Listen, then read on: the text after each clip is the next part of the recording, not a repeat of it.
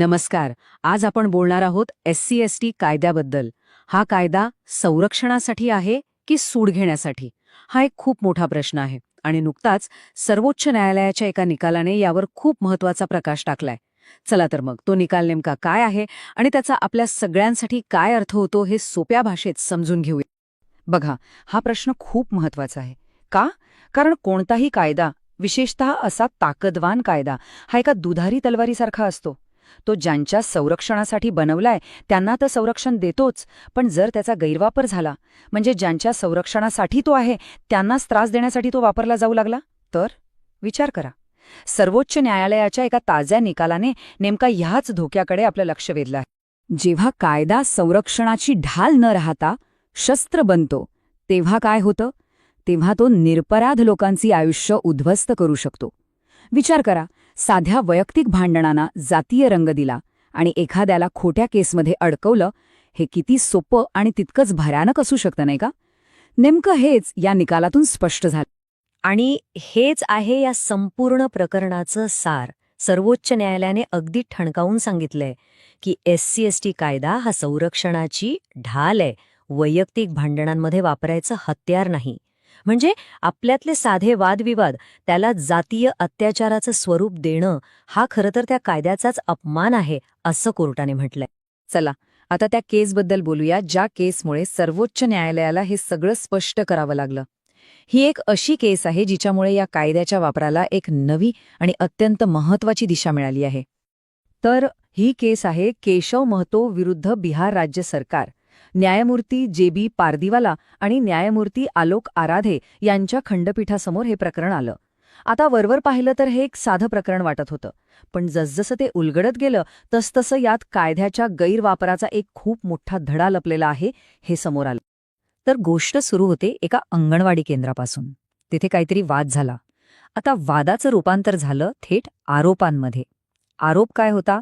तर तक्रारदाराला जातीवरून शिवीगाळ करण्यात आली. आणि मग काय? प्रकरण थेट SC/ST कायद्याखाली दाखल झालं. आणि इथेच या संपूर्ण विश्लेषणाचा सगळ्यात महत्वाचा भाग येतो. कारण या केसच्या निमित्ताने सर्वोच्च न्यायालयाने SC/ST कायद्याखाली गुन्हा नोंदवण्यासाठी 2 अत्यंत महत्वाचे नियम सांगितले आहेत. हे 2 नियम कोणते आहेत? चला नेमकी बघूया. तर बघा, सर्वोच्च न्यायालयाचे हे 2 नियम अगदी सोपे आणि स्पष्ट आहेत.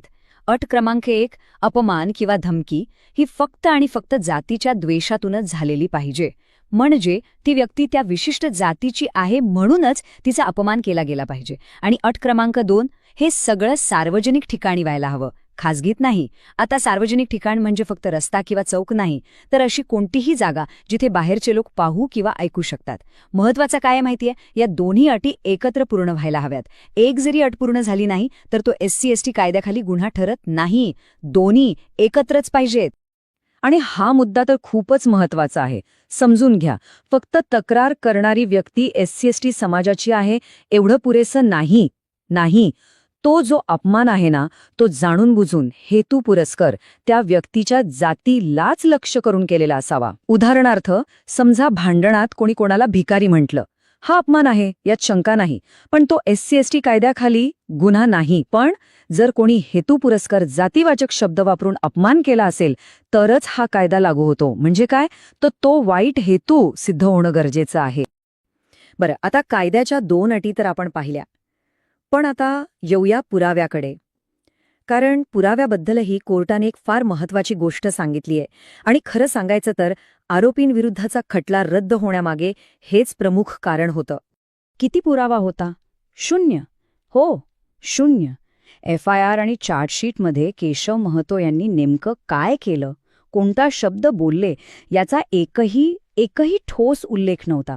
त्यांच्यावर एकही स्पेसिफिक म्हणजे विशिष्ट आरोप नव्हता, काहीच नाही. आणि इथेच या केसचं सगळं चित्र स्पष्ट होतं. न्यायालयाच्या निष्कर्षाप्रमाणे अपीलकर्ते म्हणजे केशव महतो यांनी स्वतःच्या तोंडून एकही चुकीचा शब्द काढला नव्हता. जी काही शिवीगाळ झाल्याचा आरोप होता त्यात त्यांचा थेट सहभाग कुठेच सिद्ध झाला नाही. त्यामुळेच न्यायालयाने काही गोष्टी अगदी निक्षून सांगितल्या. एक म्हणजे केवळ काही आरोपींसोबत घटनास्थळी हजर होता म्हणजे कोणी गुन्हेगार होत नाही. दुसरं, आरोप हे गोलमाल सर्वसाधारण असून चालणार नाहीत, ते अगदी विशिष्ट पाहिजेत की या व्यक्तीने हे केलं.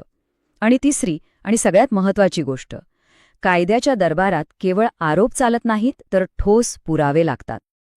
बरं, हे सगळं झालं कायद्याच्या गोष्टी. पण आता आपण वळूया या निकालाच्या सामाजिक परिणामांकडे. म्हणजे आपल्यासारख्या सामान्य नागरिकांसाठी या निकालाचा नेमका अर्थ काय? अशा कायद्यांचा गैरवापर का होतो याची काही कारणं आहेत. कधीकधी वैयक्तिक सूड घेण्यासाठी, कधी भ्रष्टाचारासाठी, तर कधी कुणावर दबाव टाकण्यासाठी. आणि जेव्हा कायदा या अशा कारणांसाठी शस्त्र म्हणून वापरला जातो तेव्हा न्यायच धोक्यात येतो. म्हणूनच एक नागरिक म्हणून आपली जागरूकता खूप महत्वाची ठरते. मग एक जागरूक नागरिक म्हणून आपण काय करू शकतो? सगळ्यात पहिलं, कोणत्याही तक्रारीमागे खरा हेतू काय आहे हे तपासा.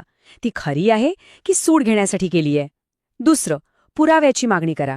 आरोपांना ठोस पुरावा लागतोच. तिसरं, पोलिसांकडून निष्पक्ष तपासाचा आग्रह धरा. खोटे दावे ओळखणं हे त्यांचं काम आहे. आणि चौथं आणि सगळ्यात महत्त्वाचं, आपले हक्क जाणून घ्या.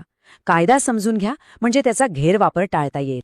आणि शेवटी या सगळ्यातून एकच संदेश मिळतो: जाणून घ्या आणि आपल्या हक्कांचा योग्य वापर करा.